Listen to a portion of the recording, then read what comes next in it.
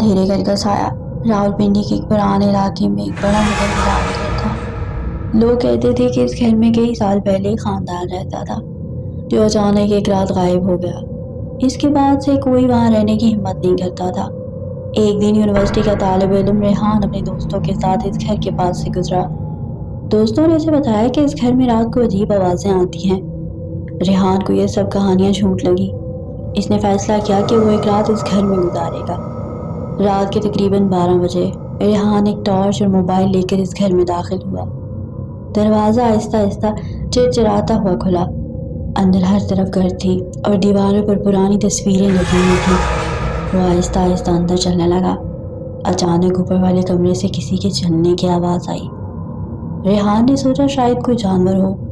وہ سیڑھیاں چڑھ کر اوپر گیا۔ کمرہ خالی تھا۔ جیسے ہی وہ واپس مڑا، دروازہ خود بخود بند ہو گیا۔ اس کا دل زور زور سے دھڑکنے لگا۔ اسی لمحے دیوار پر لگی ایک پرانی تصویر زمین پر گر گئی۔ ریحان نے ٹارچ اس تصویر پر ڈالی تو اس کے جسم میں سرد لہر دوڑ گئی۔ تصویر میں ایک خاندان کھڑا تھا، مگر ان کے پیچھے ایک کالا سایہ بھی نظر آ رہا تھا جس کا چہرہ صاف نہیں تھا۔ اچانک ریحان کے پیچھے سے کسی کے سانس لینے کی آواز آئی۔ وہ آہستہ آہستہ مڑا۔ کمرے کے کونے میں ایک لمبا سایہ کھڑا تھا۔ اس کی آنکھیں اندھیرے میں عجیب طرح سے چمک رہی تھیں۔ وہ سایہ دھیمی آواز میں بولا، تم بھی یہاں رہنے آئے ہو؟ ریحان خوف سے دروازے کی طرف بھاگا، مگر دروازہ نہیں کھلا۔ کمرے میں اچانک ٹھنڈی ہوا چلنے لگی اور ٹارچ بند ہو گئی۔ اندھیرے میں اس محسوس ہوا کہ کوئی اس کے بالکل پیچھے کھڑا ہے۔